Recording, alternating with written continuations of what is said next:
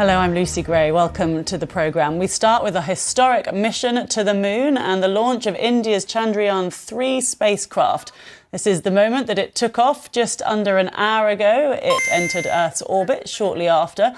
It's India's second attempt at a lunar landing, and if it's successful, the craft will deploy a rover near the moon's south pole next month, and India will become only the fourth country behind the US, the former Soviet Union and China to manage a controlled lunar landcraft. A little earlier, I spoke to astronomer and podcast host Jennifer Millard, who talked us through the launch of the rocket and explained how long it would take before it reaches the moon.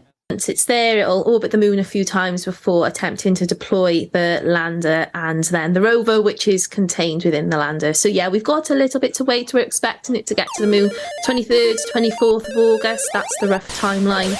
And then, yeah, hopefully India will become only the fourth nation to have a successful soft landing on the surface of the moon, which is absolutely incredible if you think about it. It's only the US, Russia and China that have achieved this. And yeah, India are going for it. You know, they haven't done too much in terms of space exploration, so this is a really ambitious mission, but that's what they tend to do. You know, they were the first Asian nation to reach Mars as well. They've got an orbiter around the moon now that's been operating for over 3 years very successfully as part of Chandrayaan-2. So yeah, expect great things from India and space in the future. So it was actually the Chandrayaan program that discovered water at the south pole of the moon and concretely discovered water on the moon. That was the first time that had ever been done. That was back in 2008.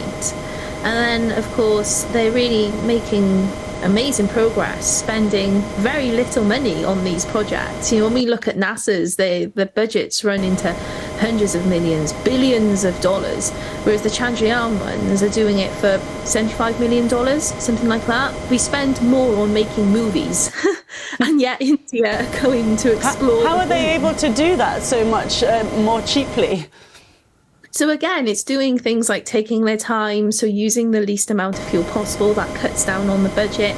Using smaller craft, so this rover, you know, is not the sort of size of a car that you would expect with the Martian rovers. This one is on its biggest dimension. It's about 1 meter long. And so then that reduces the cost as well. You know, lower mass as well is always cheaper.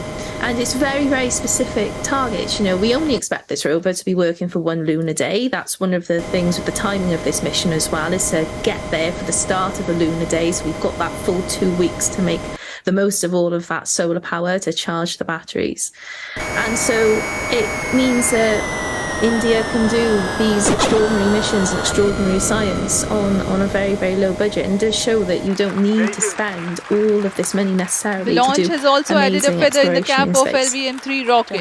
You can watch the jubilant congratulate Samramanian, who is a professor of Indian at Indian Institute of Science in the Mission Education Control and Center. Research. Thank you very much for joining us. I'm assuming that you watched the launch and are following its progress. What can you tell us? What's your assessment of how things are going?